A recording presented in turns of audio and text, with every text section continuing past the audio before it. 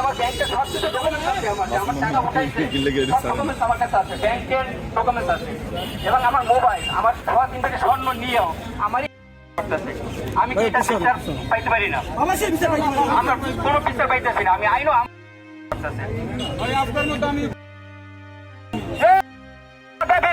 শাস্তি কেন একজনের? শাস্তি কেন একজনের? ফারজানা মিমের শাস্তি চাই, বিচার চাই, বিচার চাই, ফারজানা মিমের শাস্তি চাই, বিচার চাই, বিচার চাই।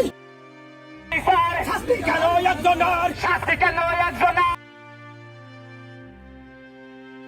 শাস্তি কেন একজনের? ফারজানা মিমের শাস্তি চাই, বিচার চাই, বিচার চাই, শাস্তি চাই, শাস্তি চাই, বিচার চাই, বিচার চাই, ফারজানা মিমের শাস্তি চাই। বিচার চাই, বিচার চাই। সেই নারীকে কেন্দ্র করে আজকের এই উপস্থিতি, সেই নারী সম্পর্কে এখন বক্তব্য রাখবেন ফারজানা মিমের স্বামী মোহাম্মদ ইমরান হোসেন।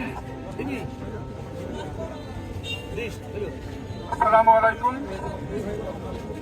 আমি একজন সৌদি প্রবাসী। আমি দীর্ঘ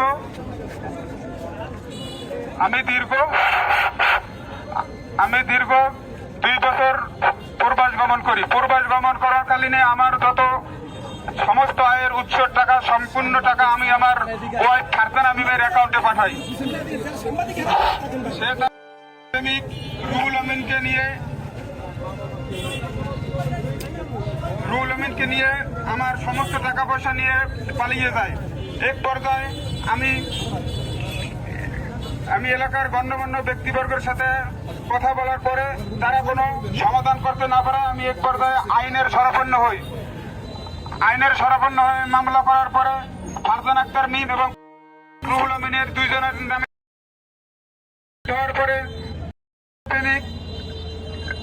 প্রেমিক রুহুল আমিনকে গ্রেফতার করার পর ফারজানা আক্তার মিমকে তার পরিবার উক্ত ঘটনা থেকে রেহাই দেওয়ার জন্য ডিভোর্স না দিয়ে বিয়ে করা কথিত স্বামী জাহিদুল ইসলাম জাহিদের সাথে বিবাহ দেন। বিবাহ দিয়ে বরিশাল পলাশপুর এক বাসায় রাখেন।